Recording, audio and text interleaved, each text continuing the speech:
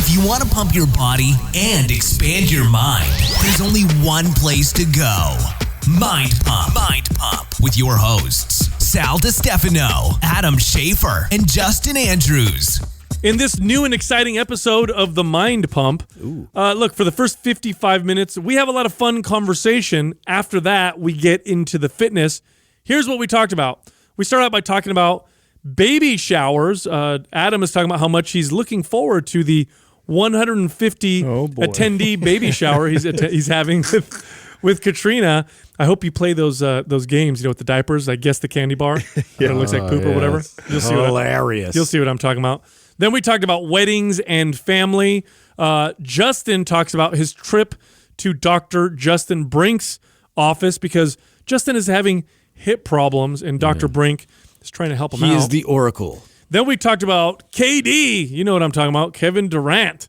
He's the sports ball player. I was going to say. Who blew out his Achilles. We're talking all about that. Then I talk about red light therapy and how it's used to amplify recovery, but also how it's been shown in clinical trials to reduce the appearance of wrinkles. Now, our favorite red light therapy company is Juve.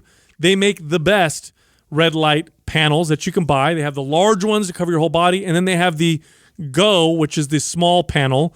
But we have a hookup for you. If you go to Juve.com, that's JOOVV.com/Mind Pump, we will send you a free MAPS Prime program if you purchase any Juve Light that's $500 or more, and you'll get free shipping.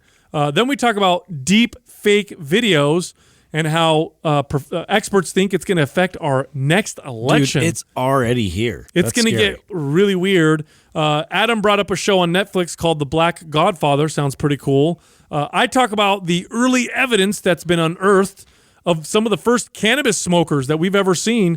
I guess 2,500 years ago, Chinese people were getting high. Chinese, the first stoners. That's so far. And then we talked about how Justin Bieber looks like he backed out of his fight with Tom Cruise.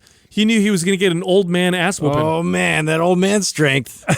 Then we get into the questions. The first question was, is using branched-chain amino acids and amino acid supplements a complete waste of money if I have a high-protein diet? Next question, what are our thoughts on wearing a lifting belt every time when lifting heavy? Does it make your lower back weaker? Does it affect core stability? Is it good or is it bad? Is it fashionable? The third question, do kids need to be snacking constantly, or is that just what the snack industry wants us to believe? And the final question, this person wants advice for new personal trainers. So we talk all about how to be a successful, brand new personal trainer and the things you need to focus on. Yeah, and Adam, I know you called out to some people on Instagram to send their testimonials for MAPS Strong. Yeah. And as you well know, that's probably one of my favorite programs I've ever done, in particular because one of the challenges I've had is my shoulders and my traps just didn't seem to respond in many cases, but MAPS Strong was the one thing that actually got them to really take off. So I thought I'd just read one of the testimonials that you received. Oh, yeah, read one. Okay, so this is from, let me see who this is from, Nicole Kiernan. And she writes, I completed the program back in January and have to say it's hands down my favorite program. Besides MAPS Strong, I've completed MAPS Anabolic, Performance, Aesthetic, and HIIT. As you can tell, I'm a huge Mind Pump fan. And no program gave me the results that Strong did. As a former marathon runner, I was not very strong and did not have much muscle, not surprising. After retiring from competitive marathon running, I began the MAPS program starting with anabolic, then performance. I saw results not only with the weight I was lifting, but how my body looked. The changes in my body really took a turn for the best after completing MAPS Strong.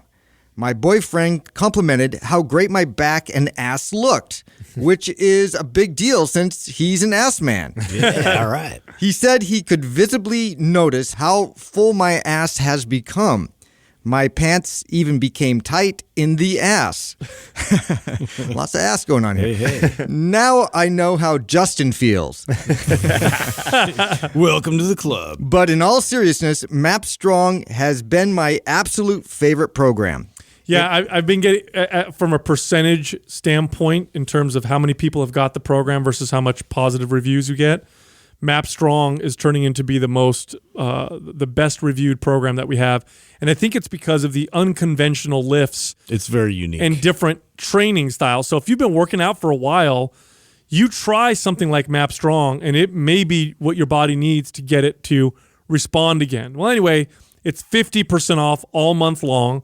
All you got to do is go to mapstrong.com. That's MAPSSTRONG.com and use the code STRONG50, STRONG50, no space, for the discount. Make sure you enroll soon because this month is the only month we'll be running this promotion. Oh, and also, people have been asking me if you need special equipment for this program. You do not. You can perform Map Strong with a well-equipped home gym, and of course, any gym will have enough equipment to perform the exercises in Map Strong. Dude, tell me about this this baby shower you guys are gonna have, Justin. Adam, sorry. Oh God! Sorry. Oh man, you scared me. I'm not. You know something? I'm not having shit, bro. I'm just going. You know what I'm saying? And I try to get out of that. Like I told her, I was like, they make them co-ed now, dude. Yeah, no shit. They used to not be co-ed. How dare they? I don't know, man. I That don't is know how not a place for men. Yeah, we got to think of something that we can make co-ed that we know they don't want to go to. You know what I mean? What's the thing? There is no such thing for that. like women some wanna new be action movie coming out. We should have like a man party about it. My girl loves action movies too. There's no way, and she likes sports. There's nothing. There's nothing I can do. There's nothing that you can do. Yeah, that she'd be like, I'm not interested in that. Yeah. That's why it's so tough for me to get out of things like this. Damn it. Because she can spin it back on me. You know, I'm a part of everything. Yeah, so how big is this party? Bro, let me tell you something right now. This is why we're not getting married right now. Is because, first of all, if Catrina and I were to get married right now, it would be 100% on, I shouldn't say 100%, but I'm sure her family would help. But financially, it would be our responsible. And one of the things when I met Catrina, one of the qualities that I was most attracted to was the relationships that she held. You guys know me really well, and I value that a lot. I value people and building relationships, maintaining relationships, being a good person, doing for others. And I pieced that together a long time ago, and I take a lot of pride in putting a lot of effort towards that. And when I met her, it was the first time ever that I had met a woman that had built a network of people around her like I had done my whole life. So we meet at 30, and I see this in her, and I'm attracted to that quality. And so, in other words, there's a lot of people that would come to. So exactly. So and a baby shower, what is that? It's normally like your 10 closest girlfriends or whatever, right? Yeah, keep it to that. Yeah, my kids were when my ex was pregnant with them, it was probably I'd want to say for my son was like 100, but I have a massive family. Oh shit! Yeah. Oh shit! That's crazy. Yeah, it was big for a baby shower. Holy shit! It was I've never even heard of that for a baby shower. Yeah. I think the biggest one that I've been around was probably 30 to 50 people. That's average. Right. Average is like 20 people. Oh, I thought it was people. more like 10 to 20. It was tops. Yeah, like maybe. That was the ones I've been to, because again, now they're co-ed. Awesome. Wow. The ones I've been to are like that, like 20, 30 people I've been to. Dude. Ours was huge because we have a huge family. I got to admit, I've never been. And I've been invited to a couple. I made up some excuse, and Courtney backed me on it. But I was like, a baby shower? Yeah, that's not for me. Well, now they have a party for everything. Ugh. Anyway, Yeah, so how many people? So it's at 150, I think, right now. Oh my God. And I'm like, just imagine. And this, by the way, I told Catrina, I was like, okay, I'll be there, but she's like, well, who do you want to come? And I'm like, nah, I'm gonna make sure my closest, best friends, and you guys are gone, so you guys aren't gonna be there.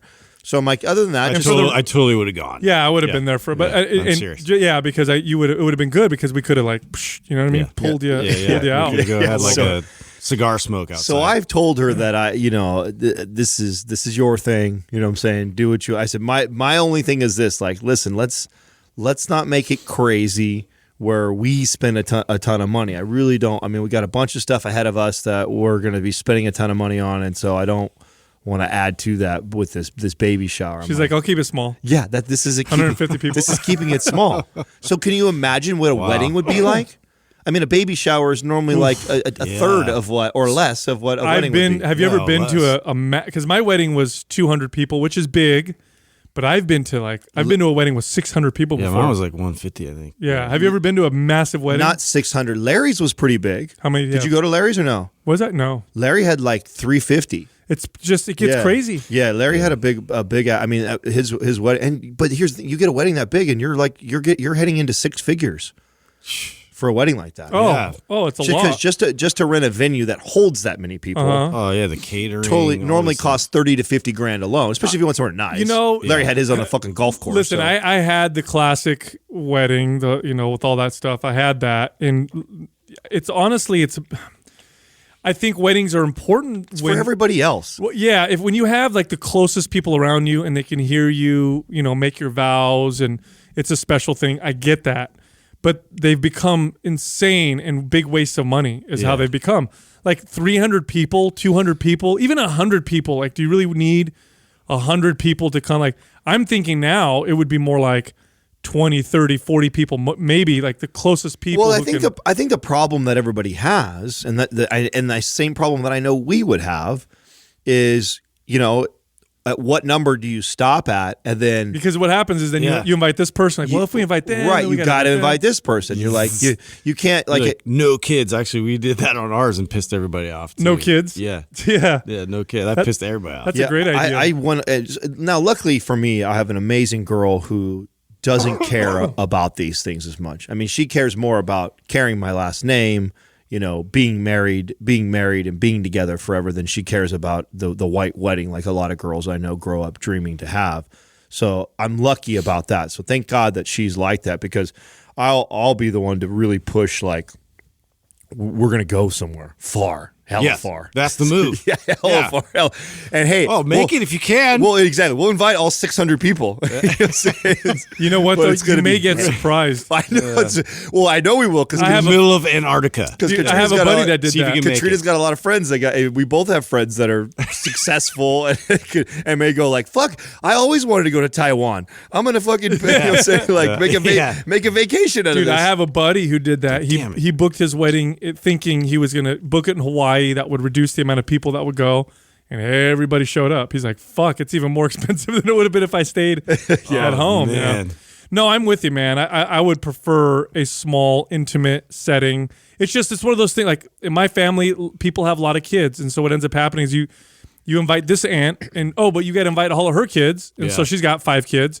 Oh, but then you got to invite her kids. So they all now you've got already 30 people right there. Yeah. And that's just one family. That's just one family. Yeah. And if we invite them, we're going to offend these people over here if we don't invite them. And then we invite them, and then, oh my gosh. But you grew up with this neighbor, remember? I don't remember them. They're not invited. Yeah, I think my wedding costs, and I got married back in 2001. I think it cost us like $50,000, something like that. That's a lot. Yeah, which isn't bad. I mean, 200 people, but yeah, could that 50 grand have gone to something better? And that's conservative. Could have gone to counseling. That's conservative. Could have gone to pre-marriage counseling. That would have been at the end of it, like, well, we spent 10 grand. I don't know if this is a good idea. I don't think we should do this. Save 40 grand. Yeah, save 40 grand right there. That was so enlightening. Thank you. No, it was worth it. I got my kids out of it. So. I mean, I'm ragging on it. I'm excited though. I think the family. She's the baby of the family, so even worse. Right. That's everybody's excited. Yeah, so everybody, and she's 38 years old, so it's baby of the family, 38. People have been waiting. Bro, they have parties for everything now, though. Like, gender reveals did not exist when I had my kids. That wasn't that long ago. Nobody did a gender reveal party. Yeah, and then do it on Instagram. You have to capture it with, like, when it explodes and does blue or pink or whatever. Yeah, isn't there like a push party too now? Yeah, it's push present. Yeah, push What's present. that? So I didn't know anything about this. Yeah, what is it? Yeah, after it goes through the process of labor, like you're supposed to now give a gift that's like, really expensive. What does the guy get? We get a push gift. You get like a high five from your bro. Yeah. Well, hey, let's be honest. The thing, she is doing all the work. I was going to say, of course. Let's be fair. Like, we did the fun stuff. You know but what it's I mean? like that never existed, and then now it does, and so you kind of were like, I guess I have to, Yeah, no. Yeah. I'll tell you what, though, man. The experience of having your first kid is for a man. I say it's for a man because, obviously when you're pregnant with the baby, you feel this baby moving. You feel it's connected to you. Your body's changing. You have this like solid connection to this life that you're harboring and then bringing into the world. For a man, it's for the first especially, it's like super abstract. Like, okay, we got a baby. I mean, I guess I can see your belly growing. You're like an observer. Yeah, like, okay. Like very much. I mean, obviously, you're going to be hands-on and everything, but it's definitely like a mother bond thing. It's not very real right now. Not yet, no. Not for a while. No, and you're super like, you're trying to, I know this, I went through this, like, okay, we have a baby coming. It's there, I could see the ultrasound, like, I could feel it kicking, like, okay, that's cool or whatever. And then the baby's born, and it's like reality. The baby comes out like all at once. For the second child, I had a connection right away because I knew what it was like. Yeah. You know what I'm saying? But for the first one, it was so abstract. Like nothing changed really for me until the baby was born. Then when the baby was born, I remember my son coming out, and I was like, it's like you got hit in the face with a 2x4. It's right when that happens, yeah. Right? It just knocks you off your feet. Yeah. You're like, whoa, this is what it is. There's little that I feel right now that I've noticed how I've changed. Like, there's not a lot that I've changed in the last 6 months now. There's little things, and I think I mentioned this already on the show, like the whole nesting thing. Like, there's definitely a side of me that has all of a sudden become really conservative with money. Like, for a very long time, it's pretty consistent that I buy a new pair of sneakers every single week. That's just kind of who I've been for a very long time. And I haven't bought a new pair of shoes I should take that back. I just bought like a bunch of pairs. But before that, the shoe zero, right? But they were on sale. Yeah, they were actually. I went to Nordstrom's Rack. I've never bought shoes at Nordstrom's Rack in my life before. So actually, yes, the shoes that I'm wearing right now. Did you have a discount? I bought five pairs that were like half the price. I was just gonna say you had a symptom eruption. It's like someone's like, I'm not gonna smoke, and then they smoke like 5 packs. So I don't buy any shoes for every week. So I totally did so good though. It just ruined my story of like how by calling myself out. But I've tightened up a lot of things. I mean, for the most part, Catrina and I have done a really good job of being responsible with money and having money and not ever really having to think about it and worry about it. But I do have this new, like right away, like the whole car thing was freaking me out. That was why I went through that, where I got rid of all the old cars and all new cars, because like the miles were like all over 100,000. I'm like, all I could think about was I could think about her being, with the baby, 1 month old, trying to get some protective mode, and then the car breaking down. And I'm like, and knowing that we need one anyways. Yeah, I don't need it. I could probably stretch it out another year or two. If I didn't have a kid on the way, I probably would do that. I'd probably wait till it broke down on the side of the road and then get a new car. But I'm like, why? We're in a position that we can do that. And that thought just bothers me, So shit like that I would have never done that. I would have never gone through and got all new cars and replaced all of them at one time. That's just not like me. The two things I remember the most that were the strangest were, of course, when my son was born, because being the first, I was like, holy shit, this is real. Then the second thing that I remember that was really crazy was, because you're at the hospital for a couple days, right? Nurse is doing the thing, you're doing the thing, you're watching your kid, you're blown away, you're falling in love with this baby or whatever. And then a couple days later, it's time to go home. And it's weird. You leave with this kid, you're looking at everybody like, you sure? Yeah. This is okay. You sure you trust me with this? We could probably stay a few more days. I'm in charge of this human? Like, I gotta... Like, yeah, dude. This is the craziest responsibility I've ever had. And then you drive like a 90-year-old man on the way home. Angry at people for driving weird. And then you're at home, and you're like, okay, like, all right, what do I do? Yeah. Like, what do I do now? It's really, really wild. But anyway, that's hilarious. I'm excited. I'm excited about... the thing that I think is really neat, and I don't know what you want to call this, whether you're a religious person and you want to say it's a God thing, if you want to say it's serendipitous, whatever you want to call it. But it's interesting to me that one of the greatest things that I've had to work on personally, like personal growth-wise in our relationship, is the thing today that I'm actually most excited about. And that is, and I've shared this on the podcast, that if there's anything that Catrina and I have struggled with in our relationship, it's always been the difference in how we were raised. She was raised in a very tight-knit, big family that it was involved in every decision made and celebrate everything that you could possibly celebrate, from job raises to kids graduating kindergarten to every fucking thing you could think of, right? Family gets together, we all make a decision. That is the complete opposite of my family. And holidays are amazing and joyful, and holidays were awful as a kid for me. There were times of fighting and arguing and money problems and heartache and shit. So that is obviously is forged who I am, and that's forged who she is. And so the blending of the two of us and then trying to work through that has been one of the greatest challenges that I've ever had to grow as a person. Is like, I love this woman, I do love her family, but it's difficult for me to interact the same way. And I've had to train and work on those things. And it's always been hard. And it's been something that I've had to communicate with her, like, hey, you just got to understand, sometimes I'm not going to go. Sometimes I know you're excited to go get your family, this and that, but sometimes what I need from you is to be okay with me just staying home and being by myself, because the way you value your family time, I actually value my alone time, because I grew up with that, and I grew up with learning to enjoy that and being okay with that. So don't be upset if we did dinner with your mom on Monday, your brother and sister stopped by on Wednesday, Saturday the whole family's getting together at the barbecue, and I actually want to leave town and go hang out with one of my buddies, or I just want to stay home, right?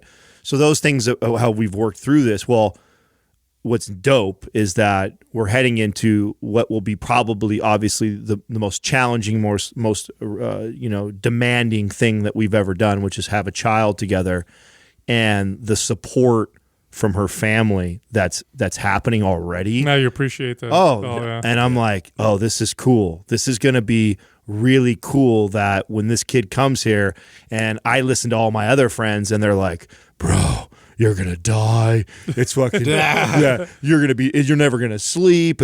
You're not gonna get to do this. And they're telling me all these things, and I'm going like, I don't think so, actually. Like, yeah, I think it's gonna be hard. Yeah, I think I'm gonna be sleep deprived. Yeah, it'll be the most challenging thing for me. But I've also got family like, we're gonna make sure that you guys get away on days where I'm gonna come live in the house and take care of the kids for time, so you guys can do things just the two of you. And like, they're telling me that's they want to make sure they help in sport. They're all older, they've all had children, that are all grown, and so they're not going through that process, and they're excited to help assist us through that in the areas that they know we're going to need it the most, because they've already been through it.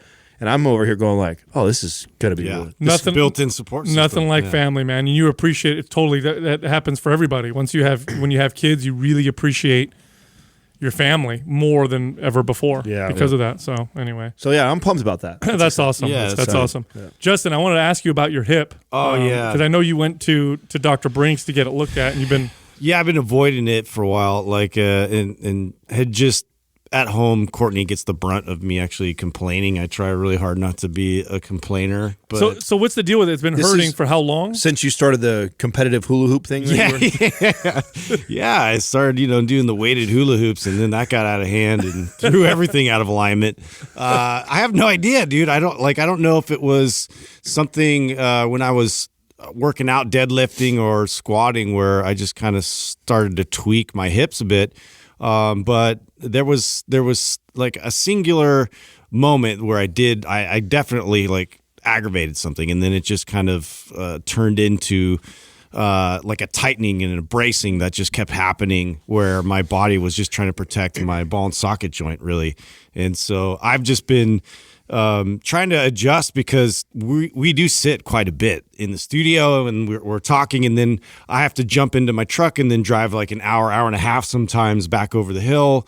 And so a majority of my day I'm in this like fixed seated position. And then also when I'm hitting the gas pedal, when I'm in traffic, oh my God, it just exaggerates my pain like crazy, because just like that constant movement, it gets everything like that was already tight to just speak to me like loudly. So how long has it been hurting for? Probably the last 3 months. Oh wow. Yeah, and it's been a subtle increase, and it got to a point where I was just like, remember when we were even down at Manhattan Beach, and I was like walking around, and you're like, dude, you're hobbling. You know? Like I didn't even notice it. Like I was like, oh no, I'm like all gimpy walking around. So anyways, like I finally was like, okay, fine. I'm just gonna put it in the schedule and see if it'll work out. And like I gotta go see Brink. That's our guy. He is a movement wizard, Dr. Brink, and I give him all the props. And I kind of knew what I was in for, but at the same time, he's not easy, dude. You go in there to feel better, right? Yeah. Wrong move. Not that he doesn't make you feel better. It's just like he tells you exactly what you need to know. Yeah, he's trying to fix you. He's not just trying to make you feel better. Yeah, there's the a big root difference of there. the problem. Exactly. Yeah, so I've been treating all the symptoms. Like, so my glute med will start really trying to take over and support my hip, and then that like gets too tight and aggravated, which then goes into my TFL. That starts to get aggravated, goes into my quad, and then it turns into this like red like sciatic pain all the way down my leg. And so we were going through internal, external rotation of my hip, and I had like no degrees of internal rotation. It was like really bad. And now, did he compare the two sides? Yeah, compared to the two sides, It was substantial. Oh, wow. And so, if I have limited and it's really fixed here, compensating for that and trying to stabilize with my other hip has been, another part of the problem where now that's creating even more torsion when I turn. And so now that's like that's where I really start to feel when it like speaks to me the loudest.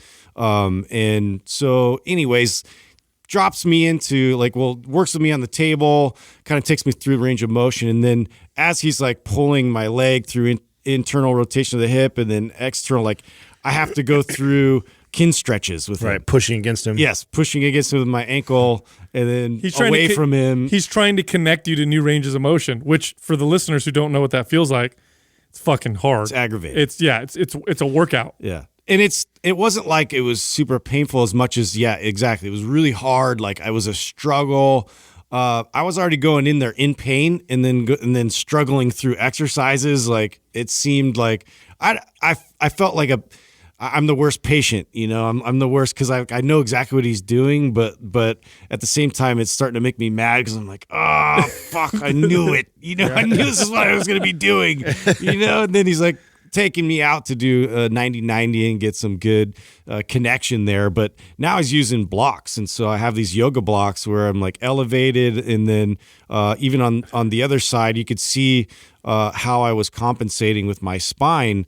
On one side specifically, so I was elevating my hand up to just get that internal rotation and neutral spine position, and it was like, oh wow, that's substantial.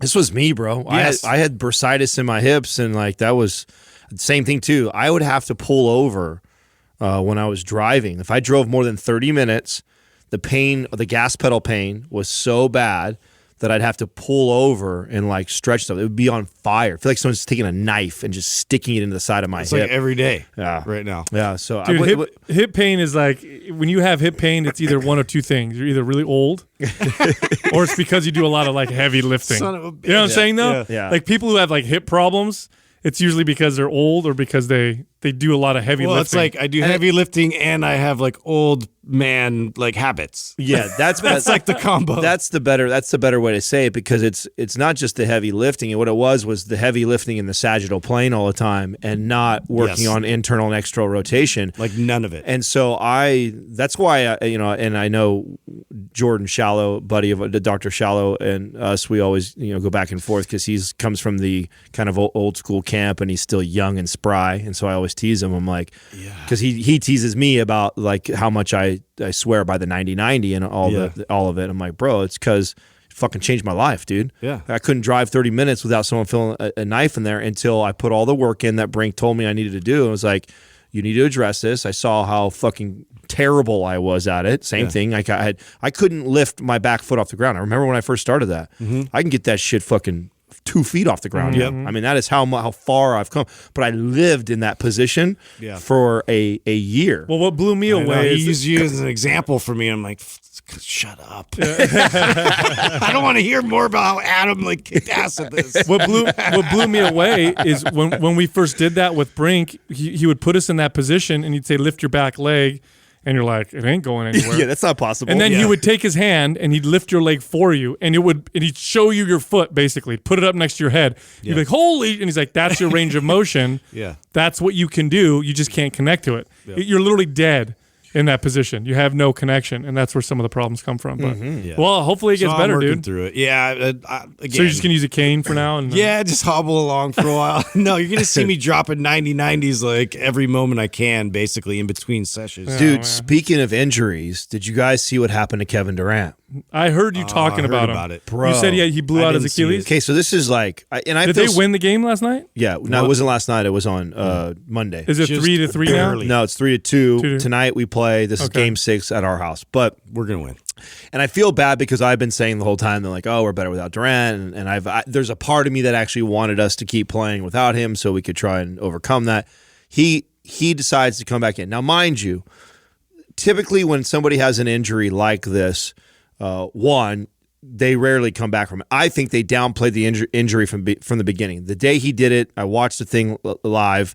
100% looked identical to when I tore my Achilles. So I was like, it's an Achilles issue. And everywhere in the news, it was like, oh, it's a calf strain. It's a calf strain. I'm like, that's not a calf strain. He for sure did damage to his Achilles. How much, I don't know, because we're not hearing anything. This was during a game? Yeah, this was just, 6 weeks ago or so, I want to say, or maybe a little less. My timeline's off a bit. But it's somewhere in that range, right? He injures it. For sure, I think it's Achilles. I'm saying he's done for the season at least.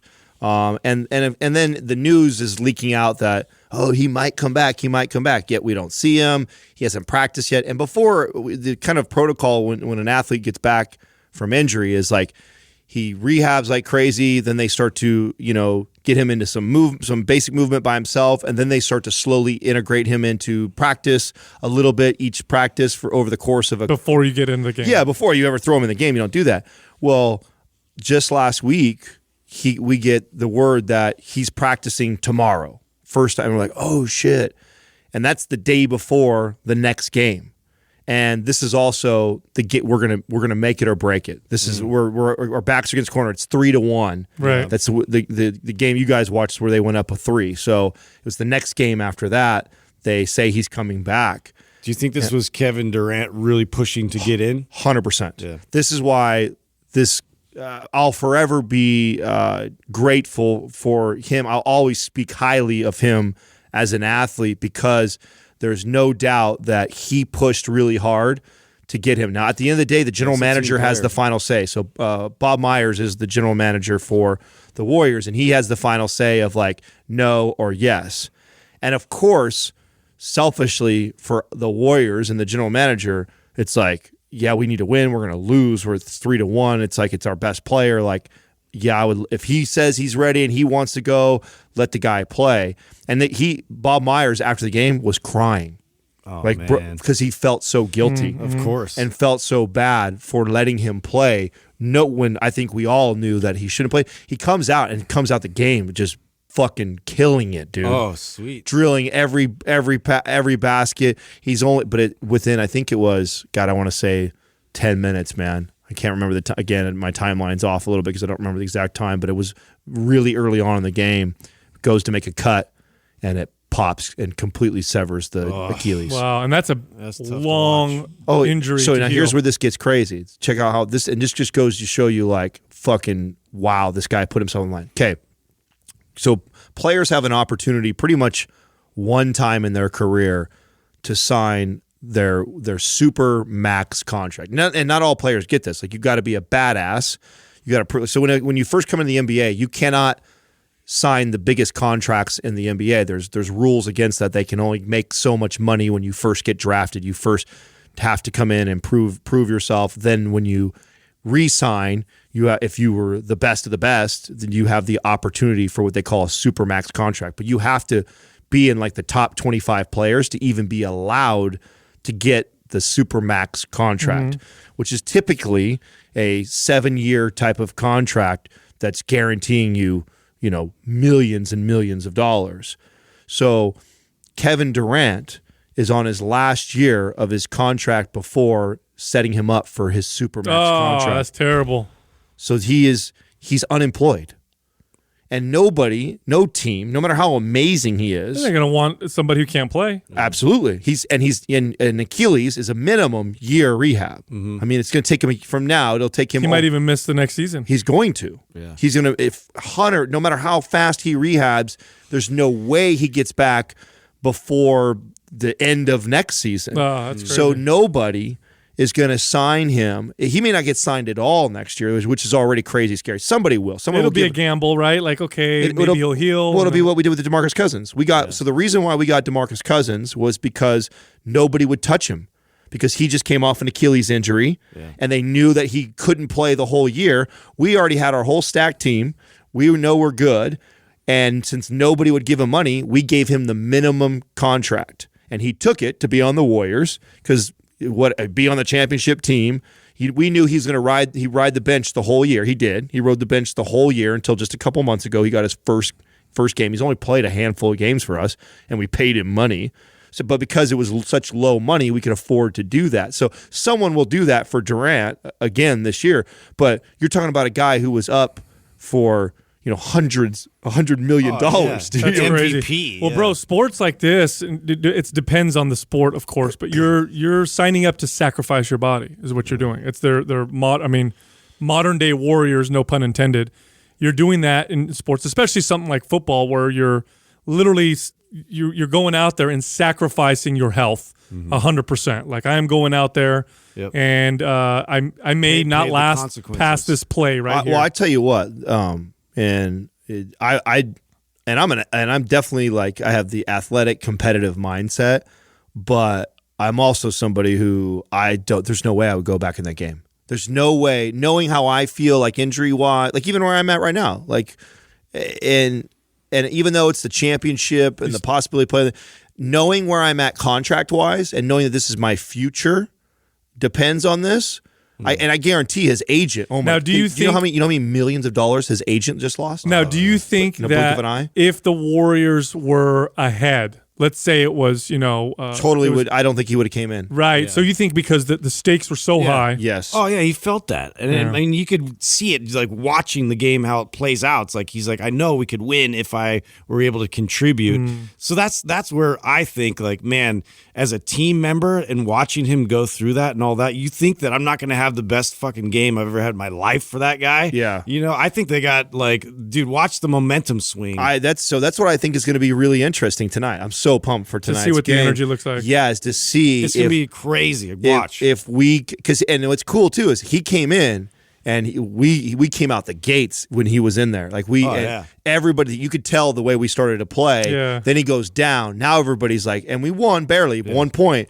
Everybody was heartbroken. So to Justin, you're right. Like, this is what I'm excited to see. And you're going to know in the first 5 minutes of the game if we came to fucking play. That's crazy. So. Yeah, well, hopefully he recovers fast. That actually reminds me of an article I was reading earlier about, because we're talking about recovery and how, therapists have been using red light therapy to amplify or speed up recovery. And so I was reading about the history of photobiomodulation or red light therapy. All these guys are using that, right? I know. So that's 100% Kevin Durant was getting red light therapy. It works. It works because the way it works is it strengthens the mitochondria of your cells. The mitochondria are the energy powerhouses. These are the engines of your cells. And the stronger they are, the more ATP they produce, the better you perform, the faster you recover. But, in the 90s, they were using red lights to grow plants up in space because it has this effect on living things, as it encourages growth and regeneration. I didn't know this either. So there are things that red light therapy are purported to help with, and there are things that are proven that it'll help with. Like, there's actual studies that show, for example, hair regrowth, that's proven. Psoriasis, that's proven. But there's something else that I did not realize. Wrinkles. Red light therapy actually reduces the appearance of wrinkles because it strengthens the collagen within skin. Oh wow. I didn't know that was a Crazy. proven like benefit or of it. I mean, and talk about a selling point. Like that's everybody wants to reduce the appearance of wrinkles. So that's what happens is the collagen gets weaker over the years, and then it just sort of folds into each other. Yeah, it loses its tautness, so skin starts to sag, and you start to get wrinkles and stuff. So red light therapy actually reduces. This is proven. That's way better than Botox. I mean, that's one of those. Oh yeah, things Well, I see inject everywhere your now. face. The with first time that I ever saw red light was actually at like a facial nail salon place, and then they had these little things that the ladies were holding up to their face. That's the first time I ever saw red Now, here's light. the thing with red light therapy: 1 or 2 treatments, you're not going to notice anything. No, you got to be consistent with it. Yeah, you want to do it on a almost daily basis. 100%. This is the thing. Even myself, and I've admitted on the show already, like when I was on, this kick to like really help increase my testosterone levels, and then also improve my psoriasis and my skin. I definitely noticed a difference. But I also noticed a difference of it getting worse when I just neglect to do it. You have to be consistent. Yeah, you got it. It just needs to be you need to make it a part of your routine. And I know that most of the studies, I think most of them to get the benefits of all the things we're talking about is like 3 times a week, 10 to 15 minutes. Yep. It's part of your practice. So like if you're somebody that's you want to speed up recovery, or I mean, I do the red light therapy because of the mitochondrial strengthening effects.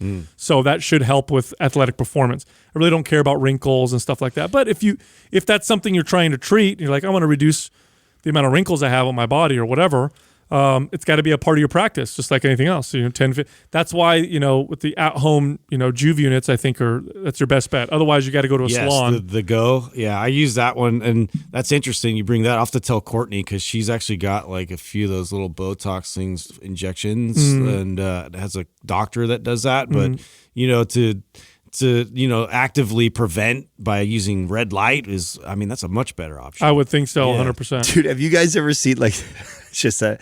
Sorry, I was thinking about the Botox injections, and I've seen this now a handful of times already. But when one goes wrong or not good, looking paralyzed. oh yeah, it paralyzes the side of someone's face. Yeah, it's like you look like I had a stroke. Oh my god, dude, it is fucking hilarious when you see it. Because here's the thing that I think about it, and to each their own. If you use Botox or not, I don't care. I'm not judging. It's not a big deal. If you do it though, you're somebody who's you care about appearance and how you look, and a little more than the average person. If you're willing to shoot some shit into your face to make your skin look a little bit tighter or like that, you give a fuck, right? You give a fuck. So for that to happen to that person of all people, I just feel like that's got to be like it's a double sting. It is a double sting, right? It's like you're going there to do that, and then you get this fucking one eyebrow. Talk about a potential gift, though. Right, right. If you go in there and you're like super about your looks and you're insecure, and then you get this lesson, hey, you're gonna have to deal with the fact that your face looks partially paralyzed for a little bit. Yeah. And I don't know. Dude, so I read a fucking disturbing article the other day. Yeah, look at those pictures, Doug. Oh my God. That's terrible. Oh wow. I read a very disturbing there. article the other day. You guys are gonna trip about this. Okay, all right. So at the moment, we are now looking into how to fight deep fake videos. Okay, and the government now has started to step out and say, okay, this is a problem. Yeah. Now, deep fake videos We're are already too late though. Yeah, deep fake videos are these AI programs that can take, for example, it could take Justin's face, maybe just a picture of him, and make it appear as if he's talking or saying stuff, and have his voice come out. Yeah. So they could theoretically, actually not theoretically, they've done this already. They could take your face and make you say some horrible shit. It's like somebody's just puppeteering me. And someone watching. So here's the deal: they were looking at this, and they couldn't tell the difference between real videos and deep fake videos.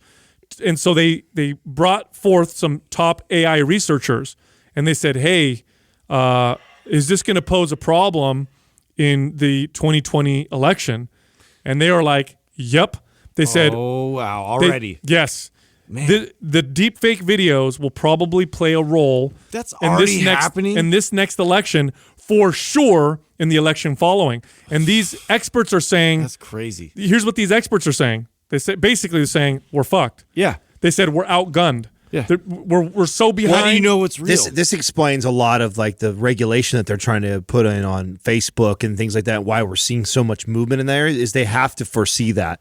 They have to know that this is coming, and so they're already freaking out and already trying to put all this like regulation on. Well, here's what the problem is. The problem is that, and this is what they're talking about, the number of people who are working on the video synthesis side, the ability to create these deepfake videos, versus the amount of people who are working on the ability to detect them. Playing catch up. Yeah, they said it's 100 to 1. Yeah. There's 100 people to 1 in terms of people making this technology and people making the technology to detect it. So what's going to happen is they're never going to get ahead of them. These videos are going to come out, and we're not going to have any effective ways of detecting whether or not it's real. Dude, we are fucked. Well, there was. Did you guys see? Oh, you probably didn't see this. Okay, so this happened, and this is a small example of what you're talking about and what it can cause, which is interesting to me.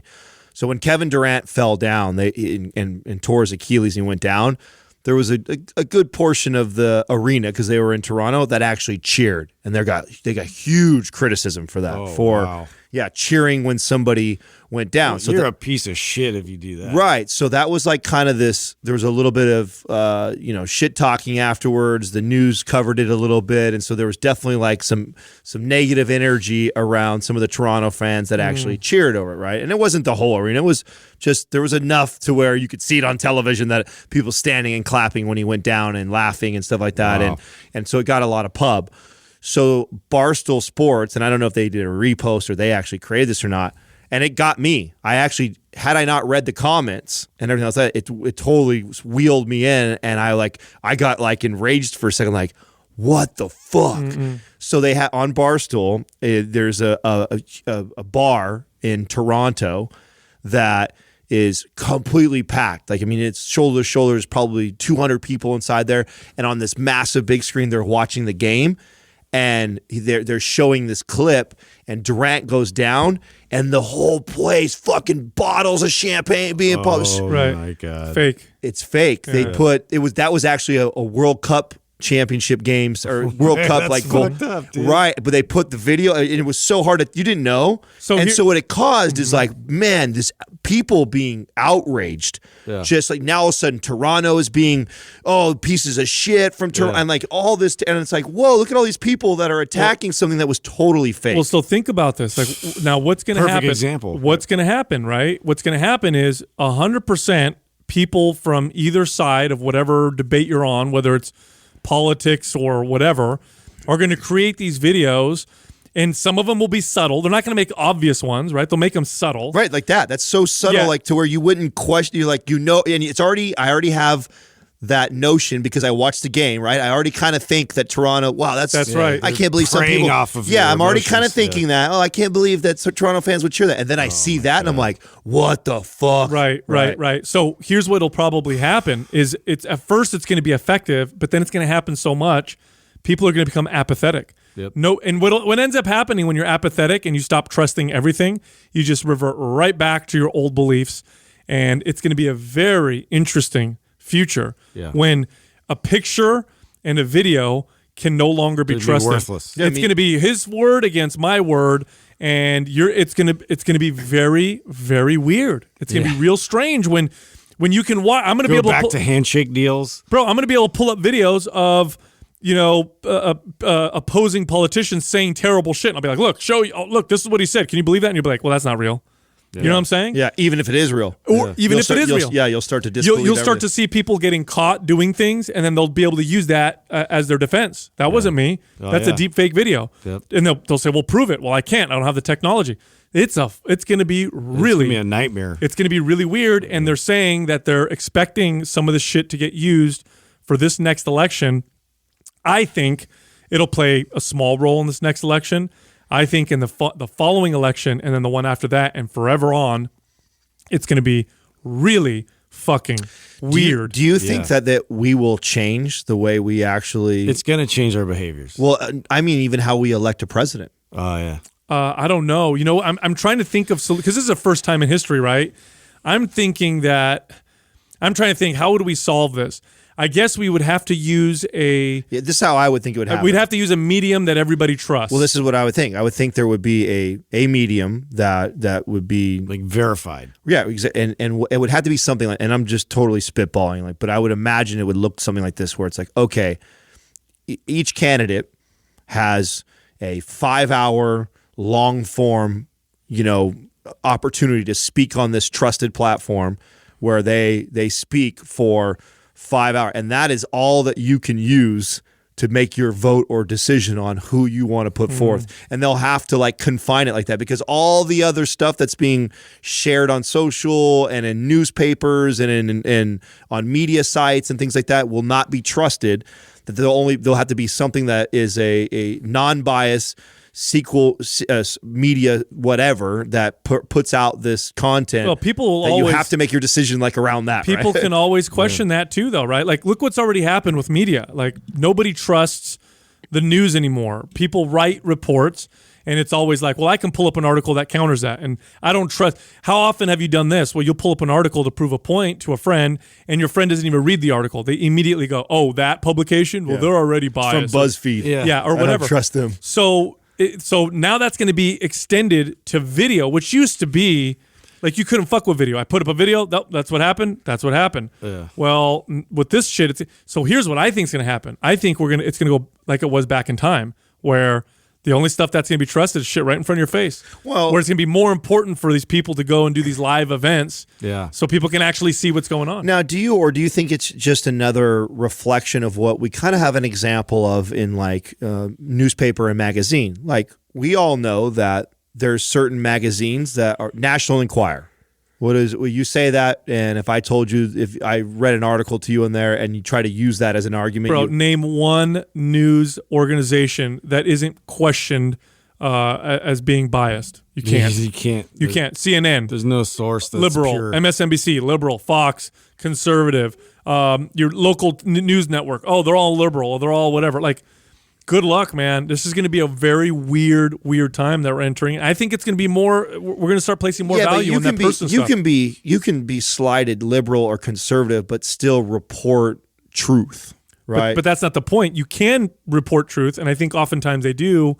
The problem is not whether or not they're reporting truth or not. It's will people think it's true or not. Do you think people will pay attention less to global issues and global? Because, like, how do you know? Because you're not going to be able to be there in person, and how do you know what's going on is really real? I don't know, man. Well, maybe that opens the door dude. for more live feed type stuff.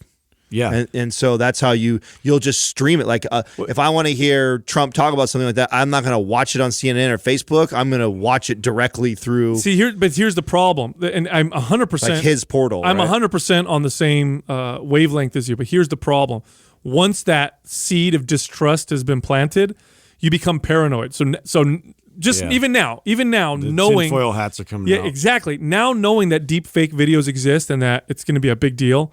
At some point, it's always going to be in the back of your mind. You'll be like, I don't know if I trust that. Oh, the government says it's real. Yeah, but what if the government made it? Oh, they said it's real. Yeah, but what if they're in on it?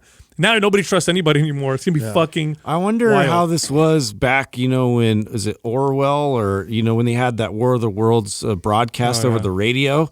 I wonder what people thought after that, and then they realized it was a fake, but they were really bought in that it was real. Yeah, and like how they were able to kind of trust. Yeah. Do you know what that is, Adam? The radio. There was so they read War of the Worlds on the radio. Oh, I do remember hearing this. But a lot of people tuned in and Thought it was a little bit late. They didn't hear the beginning intro where they're like, "Oh, this is a great book by whatever." They heard it being read, and it sounded like a news report. Like, they're getting invaded. By aliens. People freaked out. People lost their minds, and it was a big deal.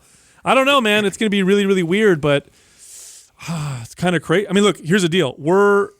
There's so much of our own recorded content on this podcast that somebody could literally. I don't like you reminding me of this. They could make us sound like we've said whatever they want. Like whatever. Anything, because they've got our voice enough times. They could take it and be like, "Oh, Adam said, killing babies is fun." Oh my god! You know what I'm saying? I was joking. Oh man. Anyway, hey, do you guys know who Clarence Avant is? no. Fucking A, bro. I cannot believe that. I couldn't believe this. You guys have to watch on Netflix. Those that are listening can thank me later. You have to watch Black Godfather. If you don't know who Clarence Avant is, and I didn't know who he was, Avant, you have to watch this documentary. Really, really good documentary. And I couldn't believe that I've gone this far in my life and didn't know who this person was. And he's got a fucking really cool story. So was he like a mob boss of some part of? No, not he gets the Godfather name because anything that's happened in politics, music, and sports, he's had his hands in. Oh, I see. Yeah, so he gets the nickname Godfather from that. He's not self-proclaimed that or anything, and and I think he's like in his. Maybe if Doug looks him up, you see how old he is. I know he's got to be in his late 80s, somewhere around there. But his story is incredible, and the people that he is connected to, he influenced, he's responsible for. As far as them making it into that industry, it was Interesting. super fascinating. I'll check this out. Very fascinating. I think if it's true, he did a good job of keeping himself behind the scenes. Which- we don't know his name. which makes him even more interesting to me is that he didn't care about. It wasn't about the limelight. He's got such an incredible story. How old is he, Doug?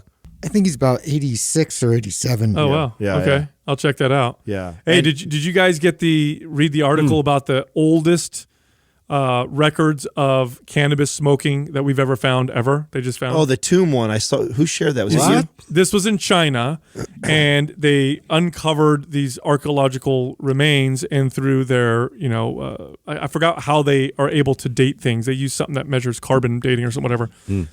They found a pipe with THC residue in the pipe. No way. And it was 2,500 years ago.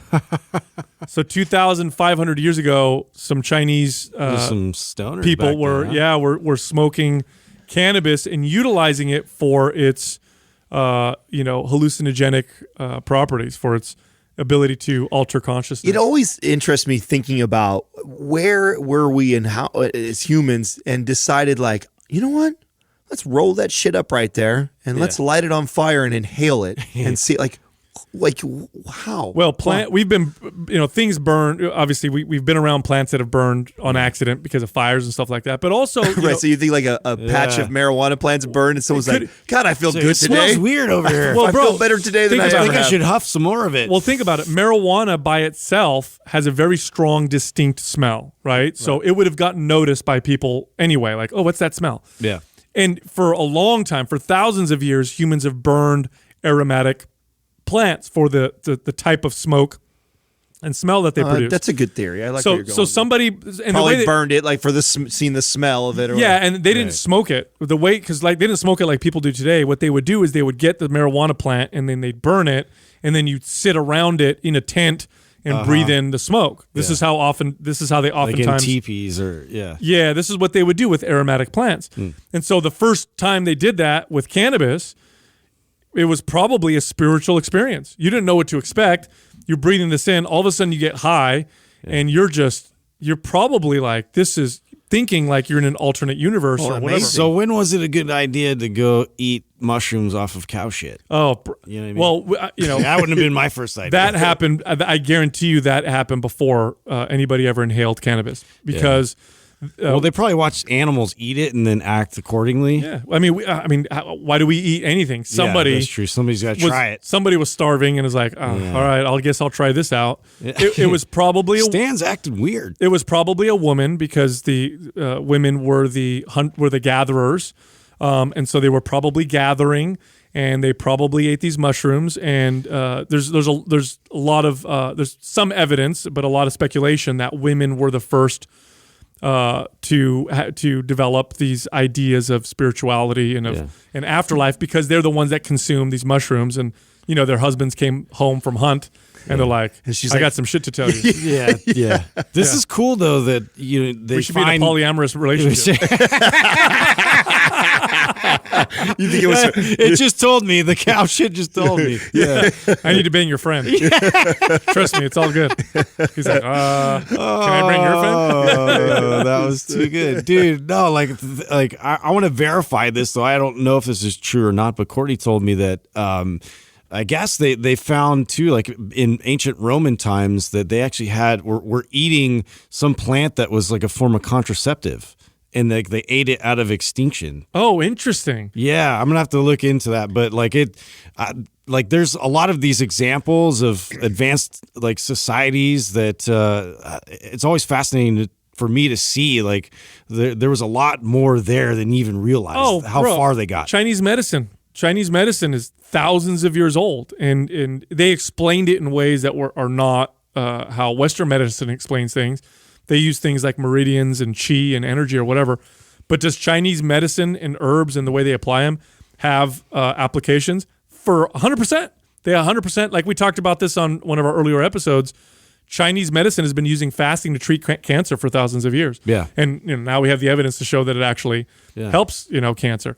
So, and it's because, look, humans we're intelligent creatures. Part of the we're also arrogant as fuck. I think we get distracted. We're also very arrogant. We've been on this earth less than fucking 100 years, and we think we know everything. Well, a lot of our nowadays we just overcomplicate everything. Yeah, and a lot of our knowledge is on the backs of knowledge of our ancestors, and so we build upon it. But here's a great example.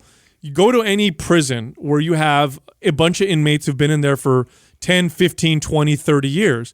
And they're in a heavily controlled and regulated environment.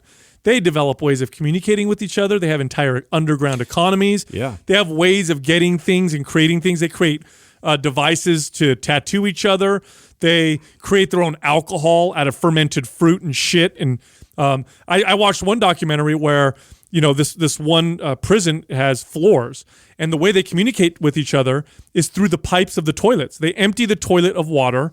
They send a line down of tied, like, I don't know what they tie together with spoons on it, and they flush the toilet. It goes to the place that they want it. They pull genius. And they fucking talk through the toilet, and they can like hear clearly with each other and like communicate. Playing telephone through the toilet. And I'm telling you, in prison, obviously, is a little bit of a self-selection bias. They're not the smartest people. They don't have the greatest capacity for intelligence, but these are people who have developed these brilliant ways of communicating and stuff. So humans, you leave us alone.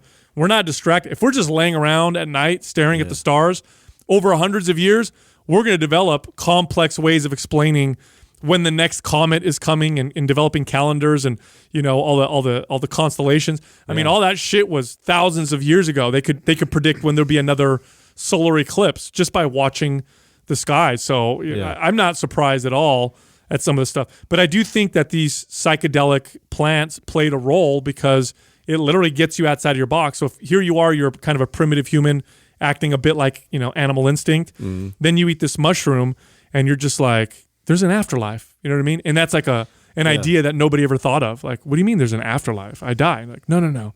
There's something that lives on. Like, that must have blown people's fucking minds the first time. You know what I mean? Totally. So anyway. 100%. You know what else blows my mind?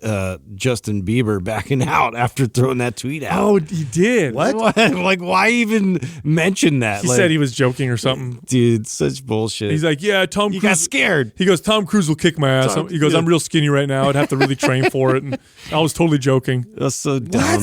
Yeah, like all that hype for nothing. Did Tom Cruise respond? No, I don't think so. No, he didn't. And yeah, of course, Conor McGregor, everybody was trying to really make this happen, and because I guarantee you'd make money off a stupid thing like that. No, that's kind of the new thing right now, right? Didn't what's his face? What's the Instagram famous kid that I always forget his name? The brothers, Jake Paul and what's his brother? Logan. Yeah, and Logan fought like the other. I forgot about that. Yeah, and I just saw somebody else doing the same thing too. Like, I mean, it's smart when you think about it. I have an audience of 5 million people following me. You have an audience of 10 million people following you. That alone, if we can just get a very small percentage of the people already following us interested in the two of us fighting each other, sell tickets to them, and you have pay-per-view buys. You don't get to do pay-per-view. I stream it. Imagine if we were Imagine if the three of us were as famous as Logan Paul in the millions, and we cause beef with another podcast who's in the millions, and then we talk shit to each other, and then we tell our audience like, I'm going to fight so-and-so. Tune in. Yeah. Watch me punch Lewis Howes in the face. Yeah, for $15. Right, exactly. For I'd pay to $15. see Yeah, that. who's not gonna not gonna want to watch that? money. And we stream it. We make all the money. Yeah, but on you it. want to talk about a way to completely ruin your image? Because here's the deal with fighting. No, I think it's silly. Here's too. the deal with It is fighting. silly. But it's business-wise smart. If you're going to fight and people are going to watch you and you're making a big deal about it, you need to know how to fight. Because even if you win a fight but you look like an idiot, you've ruined your reputation. You've ruined your There's image. nothing worse. Yeah, because I've seen many street fights. I've seen lots, especially online, and I did jujitsu, and so I was really into this. Most people look like idiots when they fight. They just they don't know how to fight. That's why. Remember that one? I forget what it was called. It was like the Tough Man contest or whatever. Oh, that back was in the day? Yeah, that was With rolling Butterbean? through. Yeah, it was rolling through town to town, and then they would just basically take whatever signups of like your tough guys in that city would come. So I had to sit through one of those one time. Oh, really? From a guy that was on the football team and thought he was a tough guy. Yeah, and like he brought like everybody there and like his girlfriend and everybody, and so he wins his first fight. You know why? The guy didn't show up. Okay, and so he's just getting all like confident, and I'm like, no, that's not a good thing. The next guy you get's actually like already won, and he's probably legit. Sure enough. This guy, this fucking yoked dude, like gets in the ring with him, and he's just like all ready, like just about to swing, and dink, gets it right in the chin.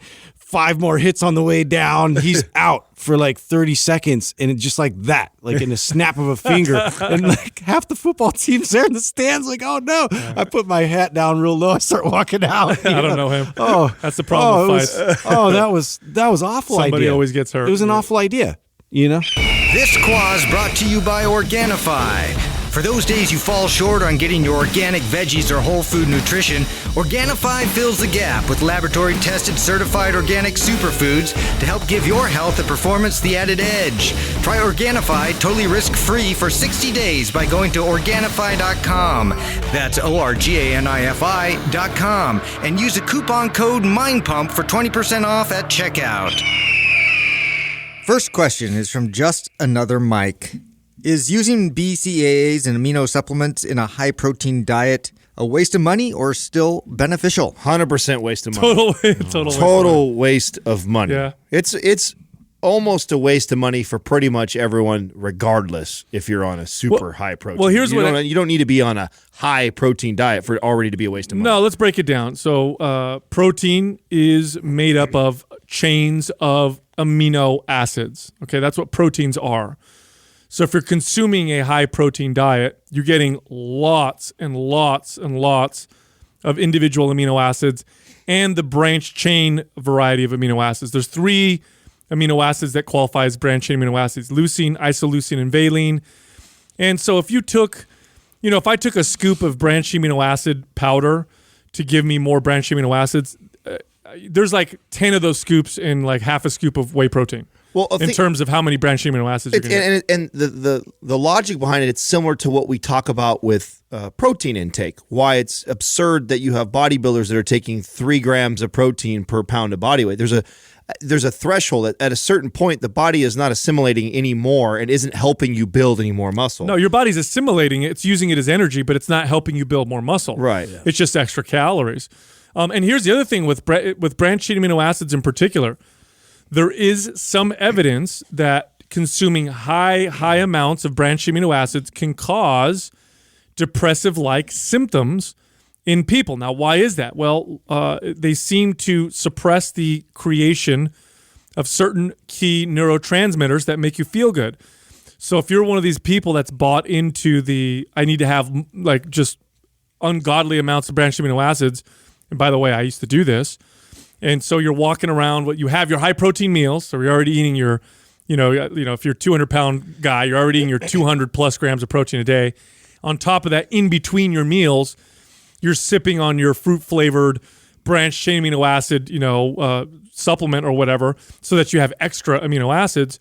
If you have too many, you'll start to feel depressed. And this actually happened to me. I noticed this myself where I was feeling kind of foggy, a little bit like, not depressed like I'm super sad, but my mood was depressed. Like I felt almost like I didn't get enough sleep. You know what I mean? Where you kind of feel like everything's a little bit in a cloud. And I couldn't figure out what the hell was going on. I was like, why do I feel this way?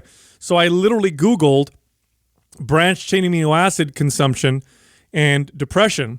And I was able to find studies that show that that can actually happen with really, now don't worry if you're supplementing with branched amino acids, you're probably not doing this yourself. But if you're consuming tons of them, this could be a bad thing. Well, in my bodybuilding community, it's very, very normal to be intaking 1.5 to 2 grams of protein per pound of body weight. Yep. In addition to that, drinking a gallon of water that is colored because it's got branched chain amino acids in it every single day, all day long.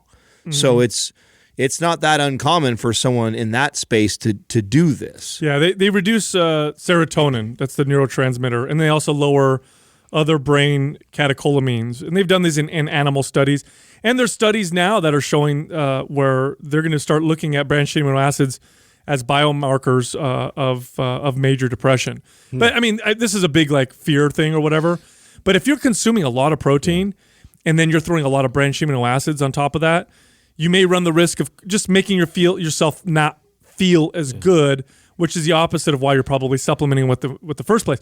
It's no different. Look, here's the deal. It's no different than this. It's like if I eat lots of oranges and fruit and then I go take extra vitamin C, am I giving myself any benefit? Yeah. You know, if I'm eating lots of meat, which is oftentimes, just high in B vitamins, but then I go supplement with extra B vitamins, am I getting any extra benefit? It's just so typical of the fitness industry to just think more is always going to equate to better. And I think that people just get this like idea that if I'm, if I keep consuming it and I keep putting it in my water, like I'm going to keep getting all those benefits that the anabolic BCAAs, water. Yeah, it's thrown my way, anabolic water for everything. Yeah, and it just gets out of hand. And this is just another one of those things. It's good to bring that up though, because I'm sure people like are constantly pouring it in their water, and who knows, they may be depressed. The studies that I've read, the literature that shows that it has any real benefit whatsoever leans more towards your super endurance athletes too. Yeah, and low protein. That's low protein and super endurance athletes. Yeah, so if you're a vegan and a marathon runner, right, and you totally see value in this. Like if you have really low protein intake, or if you're always,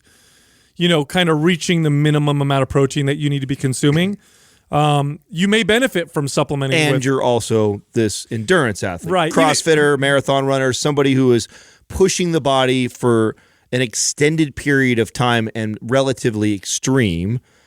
I can see some value in doing that. But if you are a normal hardcore gym person who's just lifting weights 7 days a week and you crush it for an hour to hour and a half inside the gym, and you hit your protein intake a majority of the time, even if you miss it one day where it's really low, you're still fucking fine. Yeah, you still don't need branched chain amino acids. No, and some people are probably wondering what's low. I'll say this. If you're a relatively lean individual, so this will apply to you, the amount of protein that you'd want to be consuming for maximum benefits is roughly 0.6 to 1 gram per pound of body weight. So if you're a 200-pound guy and you're relatively lean, this won't work if you're overweight because then it's just too much. So if you're relatively lean, you're 200 pounds, about 150 grams, 170 grams of protein, you're not going to get any more benefit from more than that amount of protein, unless you're a rare type of individual, maybe on anabolic steroids where more protein may be of some benefit, but not that much more. Now, for a 200-pound, relatively lean athlete who's consuming under 70 grams of protein, right? Well, yeah, then amino acids may actually benefit you. But in that case, here's the deal. If you're that person whose protein is real low and you want to benefit from amino acids, just take a protein supplement. One scoop of, if you're a vegan, one scoop of Organifi protein is going to give you way more amino acids than a couple tablets of your branched chain amino acid or your powder, supplement or your sugar powder. Right, or whatever. Now, I could see the drawback being that there's calories in it, but it's still very low calorie. And I would even say this. It's funny. When I was a kid, this is when I first started to piece together that a lot of the stuff that we're getting marketed is bullshit. I read the bodybuilding magazines, and they would say things like, you need to have protein all day long to keep your muscle, this and that. And obviously they're selling protein powders and stuff. And then I would read articles about amino acids, and they're like, yeah, if you really want to maximize this, Not only do you eat every 2 or 3 hours, but in between meals, take 5 amino acid tablets every hour. You'll have a consistent high level of amino acids in your blood, which leads to muscle growth, which to an uninformed kid, that sounds logical. Like, I'm sure even some of you right now are probably like, wow, that sounds like a good idea. It's bullshit. But anyway, so I bought into this, right? So I forgot what the supplement was called. I think it was called Amino 3000, I think was the name of it. I don't remember if it was a Weeder supplement or another company. But anyway, it was Amino 3000. And basically what it was a serving of one serving of these amino acid tablets was equal to 3,000 milligrams of amino acids. Sounds like a lot. Yeah. Like 3,000 milligrams. Holy shit. Yeah. First off, a serving was 10 tablets. Now, these tablets, and I'm not exaggerating. I already know where this. Super I already know horse where this pills. is going. Bro. If you were to empty the tablet, let me finish your story without even knowing the story. If you were to empty the tablets out, weigh it out, and measure it, it's probably like a half a scoop of protein. Bro, so check this out. You're 100% right. I knew it. 10 tablets for 3,000 milligrams of amino acids. Now, first off, the tablets were, and I'm not exaggerating, dude, they were literally like the size of my thumb, okay? Like that. Like it was like, I remember looking at them and this is why I can swallow so many pills. I train myself with this stupid shit. That had to be a I'm like, choking hazard for everybody. Oh, I choked several times on it. Almost killed myself. I'm like, how do you fucking swallow this? Okay, whatever. 10 for 3,000 milligrams of amino acids. And it came in a jar like this with, I don't know, 1,000 tablets in there. So I was taking them. And, you know, of course, I wasn't getting any extra results or anything. And then one day, I don't remember what it was, I looked at the back of the bottle and I looked at the ingredients. And it has the ingredients are like, you know, the binders that make them hold together as tablets. And guess what the number one ingredient was? What? Whey protein. Whey protein. Was whey protein. And then bastards. And then I was like, wait a minute. And then I had an epiphany. Yeah. I said, 3,000 milligrams is how many grams? 3 grams. 10 tablets is 3 grams of protein. I'm taking 3 grams of protein in tablet pill form. form. Holy shit. These guys ripped me the fuck What a off. hustle. Yeah. What a total hustle. Yeah. Wow. And that was back in the, you know, we're talking like the mid 90s when I'm in my mid teens or whatever, and I pieced that together. You think they stopped doing shit like that? No. And again, if you find studies on branched chain amino acids, leucine, amino acids, and their benefit, you'll find it with people who have low protein intake, people who are like burn victims, people in a hospital setting who need to heal, and they're not able to consume a lot of protein because they're being fed either intravenously or they have poor appetite. So in those cases, amino acids, you know, help you out. But if you're consuming you don't even have to have a high protein diet. If you have adequate protein in your diet, additional amino acids, some supplements, you're not going to notice anything.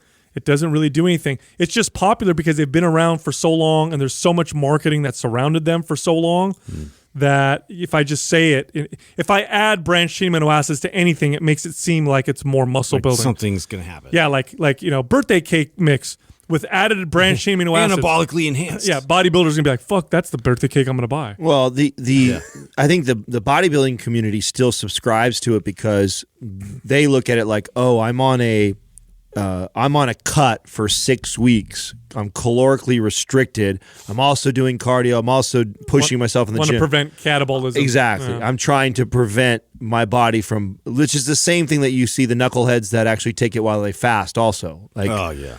you know, I'm worried that my body's going to start to cannibalize the muscle. Doesn't work that way. Yeah, exactly. So you know what's more anti-catabolic? You know, when people do cardio and they're like, I'm drinking BCAAs to prevent stop doing hard cardio. Not only that, so fucking start walking instead of you know doing what's intense more cardio. you know what's more protein sparing than branched amino acids? Carbohydrates. If you drink a Gatorade while you do your cardio, you're going to burn less proteins than you would if with amino acids. But nobody, of course, carbs make you fat or whatever, quote unquote, right? Right. So everybody's afraid of it. God forbid. Yeah, no, it's a waste of money if your protein is really low. If you're a vegan, I recommend amino acids to hardcore vegan clients who are still in the throes of organizing their food intake to, you know, have adequate, you know, nutrients and Can proteins. vegans be hardcore? Is that possible? They can. Okay. Next question is from Bailey Robinson. What are your thoughts on wearing a lifting belt every time when lifting heavy? Can it make the lower back weaker, or does it actually protect against injuries? I love the weight belt debate because first it started out like this: like if you lift heavy, you got to use a weight belt to protect your lower back. This is what this was the deal back in the day. And then later on, smarter trainers came out and said, wait a minute, if you're using something to brace your body, then you're going to weaken your body because it's not bracing itself. And so wearing a weight belt will weaken the muscles of your back and your core, and it's not good. And then other guys came out and said, hold on a second, we have these studies that are measuring muscle activation.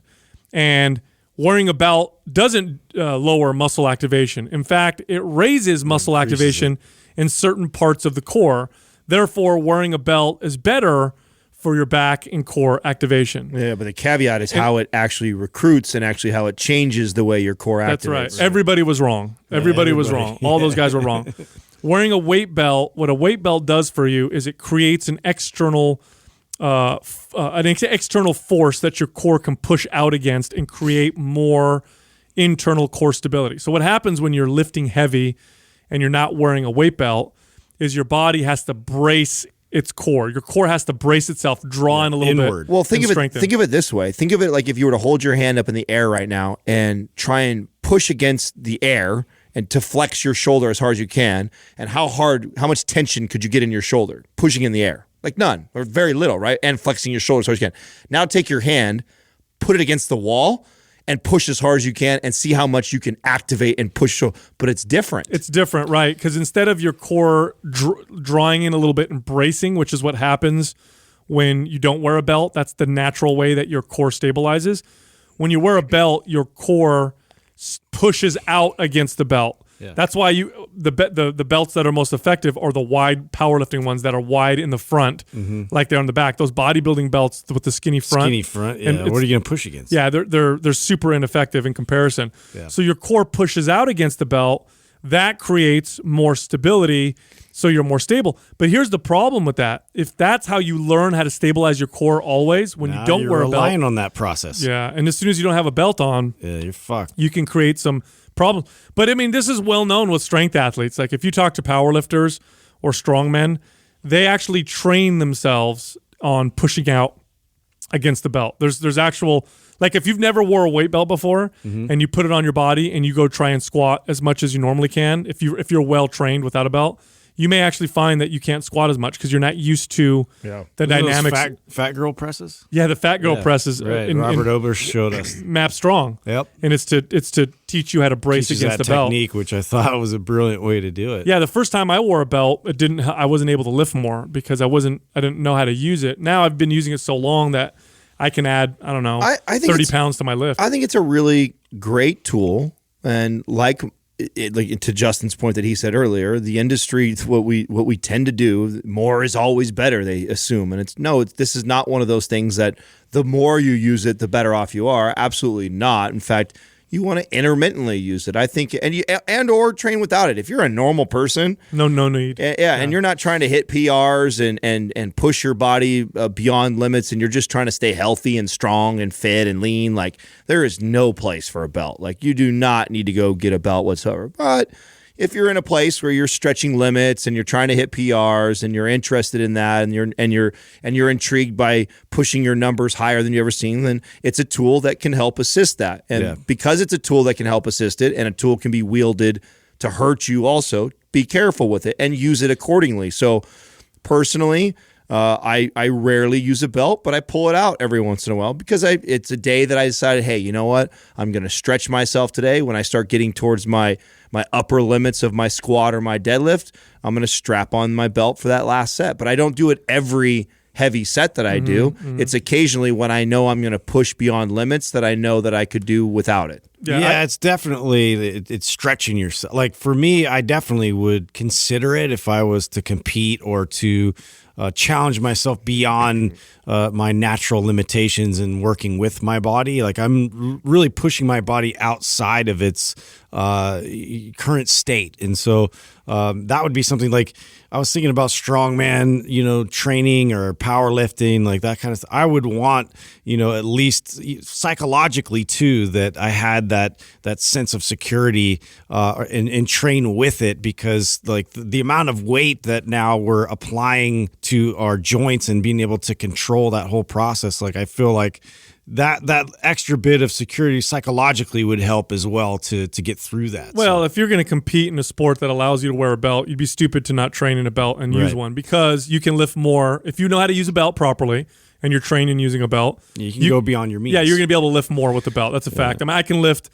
I could probably lift 30, 40 more pounds on my deadlift with my belt. That's how much weight it's added to my lift, but that doesn't mean that I got stronger necessarily. It just means that's how much I can lift with the belt. Well, on that same point is why I don't lift with a belt. It's because I'm not competing.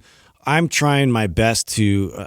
I know that would give me an advantage that I would rely on, and then that would translate to when every time I work out, I feel like I would need it. Part of the process, I don't need it, and plus I want to work up my grip.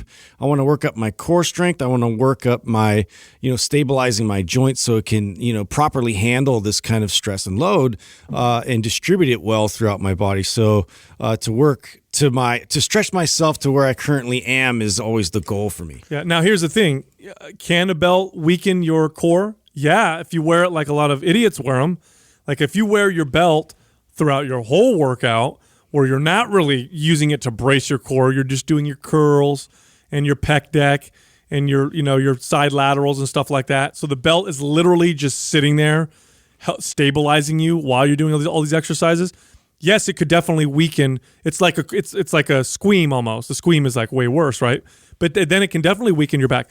Or you see sometimes you go to Home Depot and you see workers wearing those weight belt type things. Yeah, all day long. All day long. Then yes, now it can weaken. Now if you're somebody that you pull it out for your heaviest sets, no, it's not going to weaken your back because you're pushing your back, you're pushing your core to its limit. But I see guys like this in the gym where I'm looking at them and they're doing cable flies, wearing a belt. Well, it's concentration curl, wearing a belt. It's turned into an accessory. Yeah, look at me. Yeah, like a fashion statement. Yeah, it's turned into an accessory like that, like a fashion statement for sure. I mean, you're serious if you have a belt because it says I probably lift heavy ass weight. So it's like I can tell who's serious by the kind of belt that they wear. By the way, you see someone pull out like a lever belt when they're squatting, like okay, that guy. They're taking it seriously. I see the skinny in the front back one with the writing on the back that says something stupid like Beast or Lat Face or whatever. Beast. Yeah, like, okay. I remember Beast. Yeah, remember that guy? That guy was great with his tight ass shirt and his weird. Dude, I wonder which location. He was at Santa Teresa. Yeah. And I saw him. What do they call that? I've seen him at Will. Like lat syndrome or like invisible lat. Invisible lat syndrome. Yeah, super old guy, overweight dude, just overloads every machine and has a weight belt that he wears all the time. Says just Beast. Lives on the leg press machine. Please, if you work at a 24 and you see this guy, take a picture and send it to me. Yeah, go over the intercom. You have to say Beast. That's what I used to do. Yeah. I used to get on and go Beast. Yeah, I think we all did that. All right, next question is from Art of April. Do kids actually need to be snacking constantly, or is that just what the kids snack industry wants us to think? I sure hope not, because I don't. My kid's gonna get deprived. Boy, what a brilliant! If you think about it, so you know how pre-workout was brilliant because they invented a new category of supplements, like what you take before you work out. This is like parent shaming. Yeah, snack. Like the word snack and the fact that we have snacks. I hate it. It's made up. It's made up, dude. It's what I teach. It's only one of the first things I feel bad on day one with clients when going over a meal plan, and they go, where do I put my snacks, or what kind of snacks can I have? I go, that's a made up fucking word, right? They're all meals, and it's either an incomplete meal or a complete meal. Yeah. And our goal is to have as many complete meals as possible and as little incomplete meals as possible. No such thing as snacks. I get all that, but where's my cracker? Yeah, exactly. I get all that, but where do I fit in my snacks that I want? I mean, here, think about it this way: like if your kids genuinely are hungry, or hey, can I have something or whatever, and have a piece of apple or whatever. But if you encourage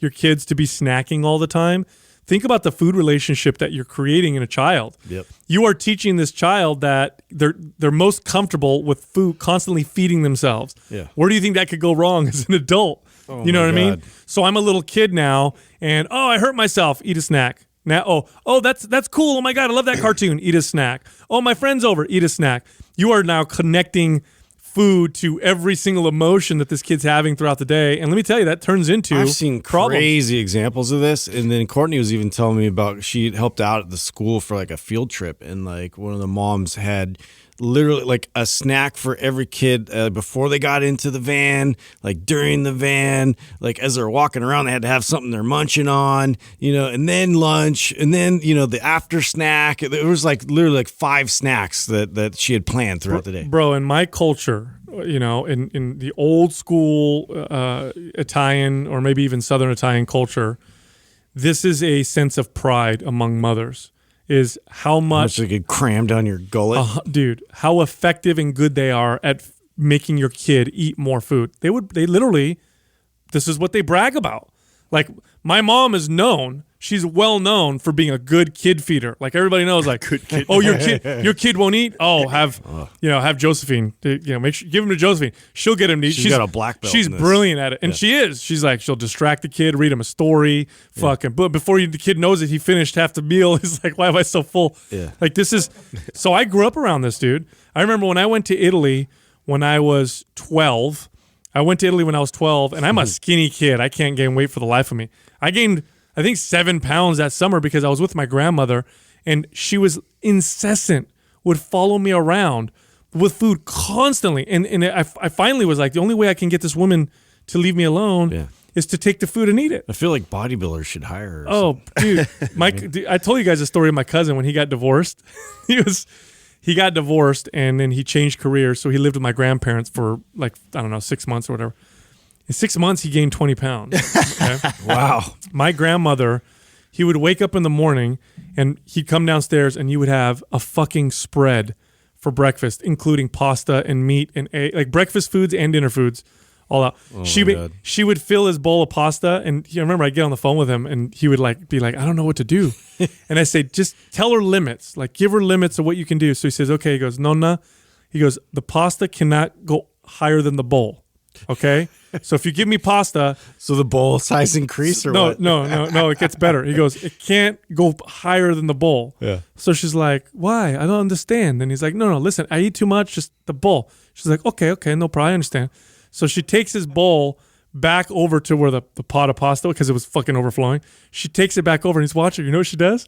She takes the big, smashes spoon. it She down. pushes it to the plate. Brilliant. To make it fit in the bowl, Oh my bro. God, I love your grandma. Terrible. Dude. Yeah, It's no, awesome. but I mean, it comes because, a few generations ago, Sicilians didn't have any food. Well, yeah, back then everything was scarce. Yeah. Like it's. It doesn't I work get today. that mentality. It just doesn't work today. Yeah, we're beyond that. No, I think it's a bad idea to constantly be shoving food into your kids' faces. I think they should have complete meals, and I think meals should be, appropriate. But because the snack food market for kids is massive. Well, I think it's extremely hard as an adult to hit my macro targets. It's if you've ever sat down and figured out how much carbs, protein, fats should my body be getting, to get all the essential micro and macronutrients on a regular basis for overall general health. What is that?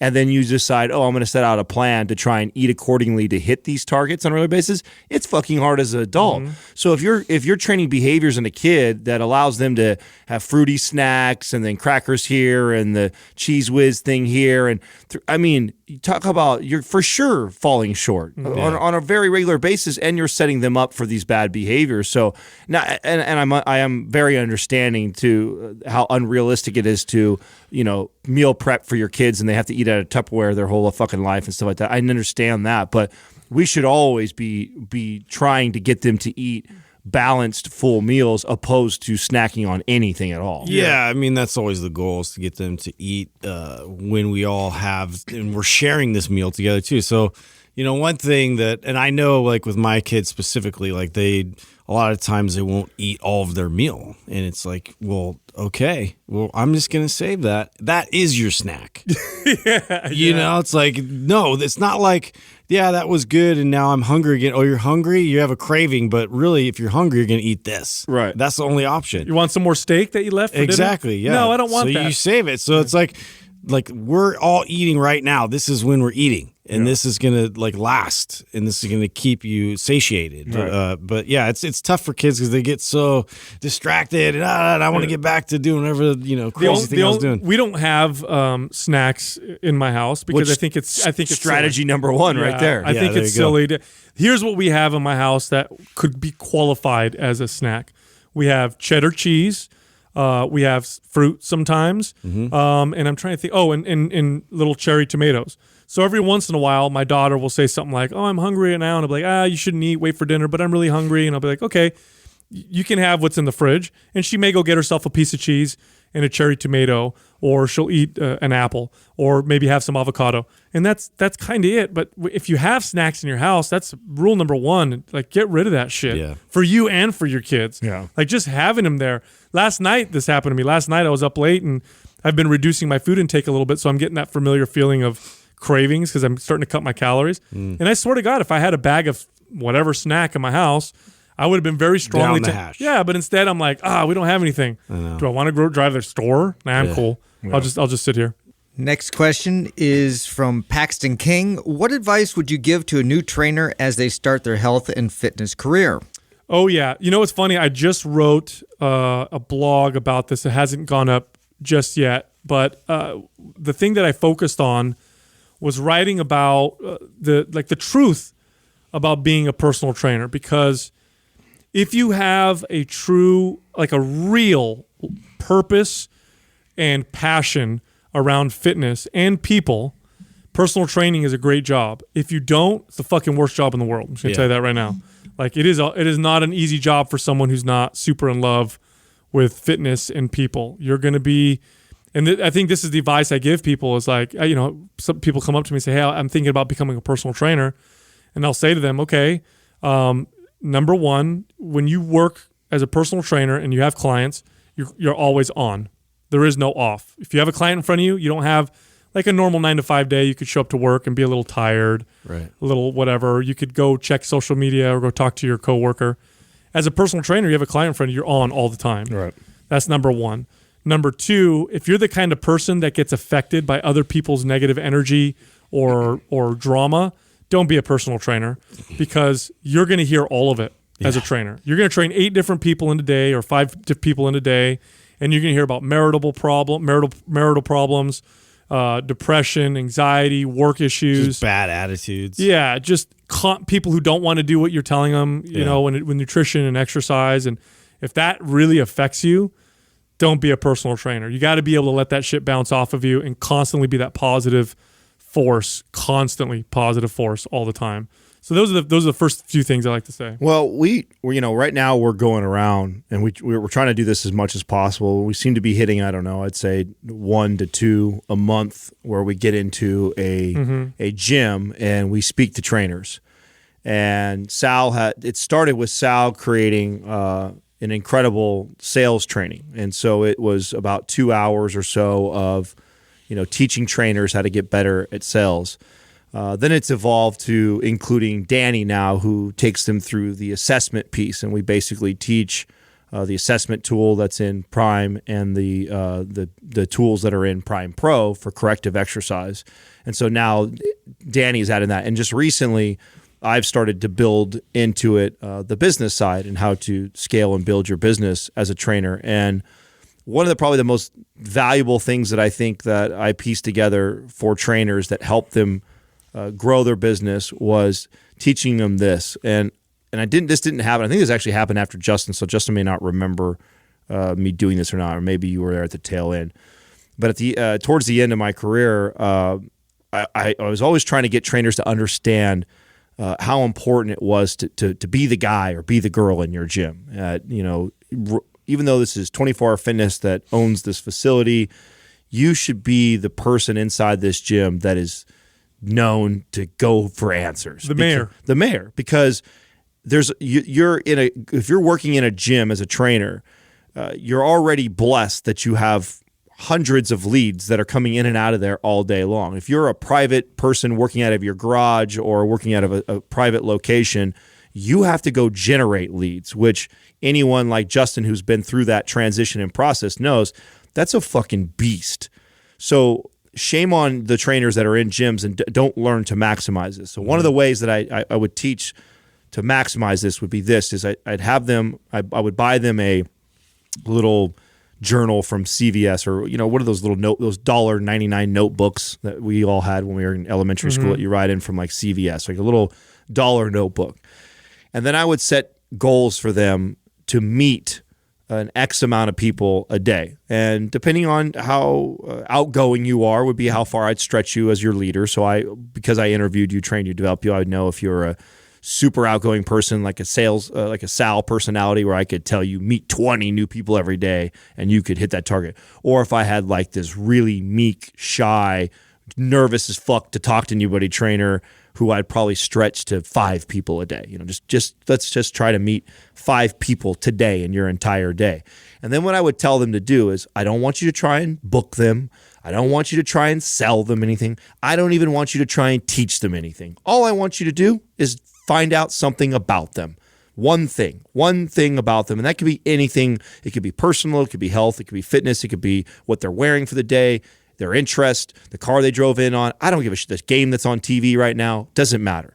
But I want you to find their name out and one thing about them. And then as soon as you do that on the floor, walk back to that little journal, write their name down, and write the one thing that you just learned about them and begin to build that list. Now, what's neat is the fact that you're actively doing that helps you connect with more people within your facility. The fact that you walk back and you write it down helps cement that into your brain so you remember that better. And then you also have it written down so you have a reference. So the next time that you see, the guy who drives that really nice Porsche and always comes in a suit and then goes in the locker room and gets changed and gets on the elliptical like clockwork, you remember his name and you have it written down and you can go reference it and you can remember the thing that he told you that he was working on in whatever project at work or his interest in whatever sporting event, whatever the thing. And when you walk over and you say hi to him again, you bring up that. And how powerful that is amazing. Anytime someone ever remembers my name or remembers something personal about me, I instantly light up and I instantly like that person right away. And so I would teach trainers to build this list and to grow it as much as you possibly could every single day. And what would end up happening is when you've started to run into these people that work out on a regular basis and you've remembered their name and you've walked up and you've said hi to them 2 or 3 times now, it opens the door to a very easy transition into, now let me teach you something, or now let me book you on a free assessment with me, or now let me potentially try and sell you something because I've built a relationship with you and you like me. Now it's really easy for somebody who's not into sales. So that's probably one of the best pieces of advice I've given to a new trainer. Yeah, no, I like both of those in terms of like the simplicity of like actionable things you can do in the very beginning. I think for me, I was always concerned about how much knowledge I had bringing into each individual session. And especially when I was first starting out, I wanted to make sure that I was applying, the best techniques. I was like structuring the best workouts for this individual. And really, like what I found that was the most appropriate was to really just listen, directly to have a conversation in the very beginning of the session each time to really dive into how they were feeling, how like what they were bringing into that day and that workout, and then later I got better about structuring the workout around that. But before that, a lot of my time I spent on. After I interviewed the person and sold them the sessions, like I went home and like started to think of an entire plan, and then I would write it all out, and then I'd keep writing it out, and I would keep a clipboard with me, and I was that guy that had a clipboard, and I would be on the floor with the clipboard, and had this plan. It would always get uprooted for me, but the fact that like every night before I went to bed, I thought specifically about each individual person that I was going to see the next day, and really tried to visualize it and concentrate on what was going to be the best approach to alleviating some pain or getting a better movement pattern for them, or teaching them how to properly do something that's going to benefit them towards their goal. And then the more reps I got with that, then I just threw the clipboard away, and I was prepared to take on, okay, there's too many people over here. Let me readjust this based off of, your shoulder pain today. I'm going to do this, that, the other, and I could work on the fly. To me, it resembled a lot of when I was I was a server and I was a bartender, and like everything was happening on this timing. And the gym is no different. Like it's very much of a timing thing. How effective can you be with your time with that person, because they're paying you for that one moment. Yeah, it also shows them just that you're serious, that you actually value them a lot, that you're putting time and effort. You care about the whole process. Yeah, here's an easy one for that. I mean, and this blows people away when I teach trainers this. It's so simple. The day after you train someone, shoot them a text, ask them how they feel. And then the day before your workout, tell them you're excited to see them tomorrow. It's very simple. Put this in your calendar. You've already got them in your calendar anyway, so the day before, make sure you message them to confirm. But rather than confirming, like, hey, just confirming our appointment, like, hey, I'm looking forward to training you tomorrow. We're going to have a great back workout. Or, hey, we're going to work on that hip problem or whatever. Do that. And then the day after, hey, how do you feel today? You sore? Anything hurt? Boy, does that make a huge difference. I noticed when I would do that, and then when I would have trainers do that, their show rate and their re-sign rate would go through the roof. Just something as simple as that, because you're kind of, your client is in contact with you. And it's a very simple message. The other thing is, if you're working in a big box gym, the best place to hang out, if you want to, if you have trouble approaching people on the floor, which is a lot of people have a challenge with, park yourself at the front desk. Most of your gym managers would love your help at the front desk. Stay at the front desk, help check people in when they come in, ask them what they're working on. Hey, good to see you, John. What are you doing today for your workout? Whatever. And just start those conversations, and it makes it easier. What Adam was talking about earlier, it makes it easier to do that because you have that it's expected that you're going to say something to them when they first walk in. When they're on the workout floor, it could be more difficult, especially if they have headphones on or they're in their zone. But when they first come in, just do that. Check them in. Hey, what are you working on today? Legs? Awesome. Hey, can I take you through an ab workout later on? Let me know when you're done or whatever. Stuff like that. It makes it easier to talk to people. Look, if you go to mindpumpfree.com, you can check out some of our guides. We actually have a personal trainer guide on there as well. So if you're a trainer or an aspiring trainer, make sure you go check that out, mindpumpfree.com. You can also find all of us on Instagram, our own individual pages. So you have Justin, his page is Mind Pump Justin, Adam's page is Mind Pump Adam, and my page is Mind Pump Sal. Thank you for listening to Mind Pump. If your goal is to build and shape your body, dramatically improve your health and energy, and maximize your overall performance, check out our discounted RGB Super Bundle at mindpumpmedia.com. The RGB Super Bundle includes MAPS Anabolic, MAPS Performance, and MAPS Aesthetic. 9 months of phased expert exercise programming designed by Sal, Adam, and Justin to systematically transform the way your body looks, feels, and performs. With detailed workout blueprints and over 200 videos, the RGB Super Bundle is like having Sal, Adam, and Justin as your own personal trainers, but at a fraction of the price. The RGB Super Bundle has a full 30-day money-back guarantee, and you can get it now plus other valuable free resources at mindpumpmedia.com.